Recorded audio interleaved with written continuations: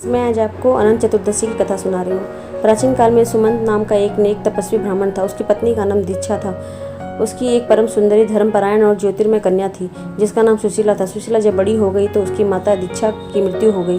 पत्नी के मरने के बाद सुमंत ने कर्कशा नामक स्त्री से दूसरा विवाह कर लिया। सुशीला का विवाह सुमंत के ने कौंडिन्य ऋषि के साथ कर दिया।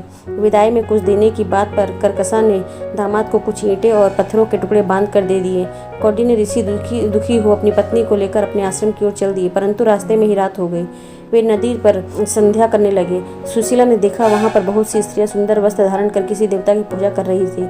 सुशीला ने पूछने पर उन्होंने विधि पूर्वक अनंत व्रत की महत्ता बताई। सुशीला ने वहीं उस व्रत का अनुष्ठान किया और 14 गांठों वाला डोरा हाथ में बांध कर ऋषि कौंडिन्य के पास आ गई।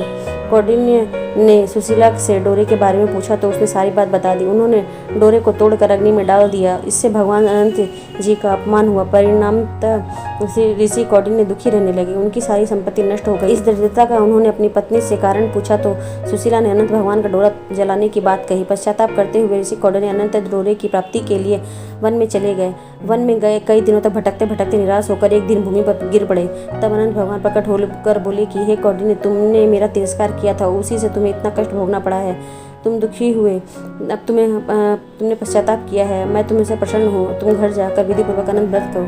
14 वर्ष पर्यंत व्रत करने से तुम्हारा दुख दूर हो जाएगा। तुम धन धन्य संपन्न हो जाओगे। कौंडिन्य ने वैसा ही किया और उन्हें सारे कलेशों से मुक्ति मिल गई। श्री कृष्ण की आज्ञा से युधिष्ठिर ने भी अनंत भगवान का व्रत किया, जिसके प्रभाव से पांडव महाभारत में युद्ध में विजयी हुए तथा चिरकाल तक राज्य करते रहे।